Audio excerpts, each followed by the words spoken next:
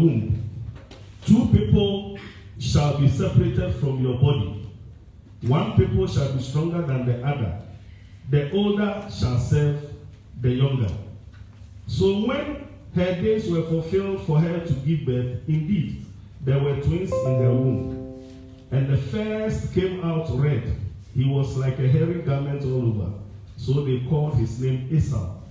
Afterwards, his brother came out, and his hands took hold of Esau's heel.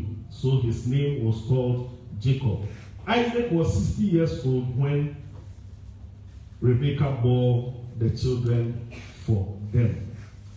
Chapter 27, verse 30 to 41. Chapter 27, 30 to 41. Now it happened as soon as Isaac had finished blessing Jacob, and Jacob had scarcely gone out from the presence of Isaac his father, that Esau his brother came in from hunting.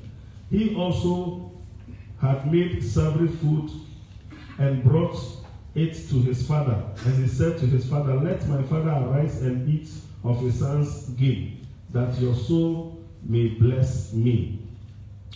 Okay, so let me move to, I think we know the story, so let me just leave the rest for you to read because of time, and so I can summarize. So as we all know, this is Isaac who had given birth to Esau and Jacob. We all know what happened between them. This family is a family of 4. Isaac, the father, Rebekah, the mother, and their 2 sons, Esau and Jacob. And we want to pick lessons from this family. God promised to make Abraham into a great nation. We can find that in Genesis chapter 12, verse 2. When God met Abraham, he was 75 years and he married Sarah. Genesis chapter 12, verse 4. You don't need to write all this. They are all in Genesis chapter 12. So when you go back, you read. So just focus and catch the message. Okay? Mm-hmm. God promised to give the land of the Canaanites to the offspring of Abraham. Genesis chapter 12, verse 7.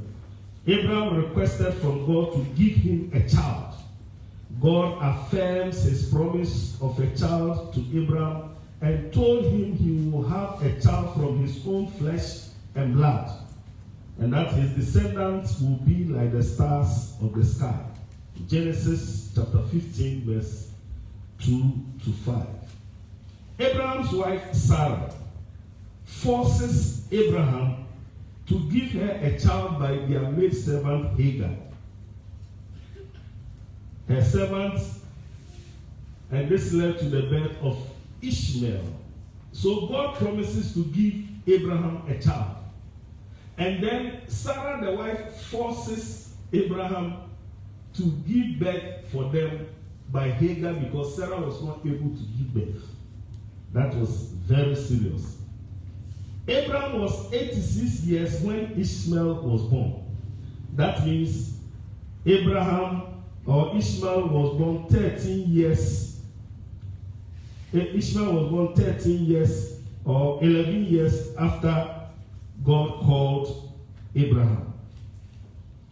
In Genesis chapter 16, verse 6, we see that.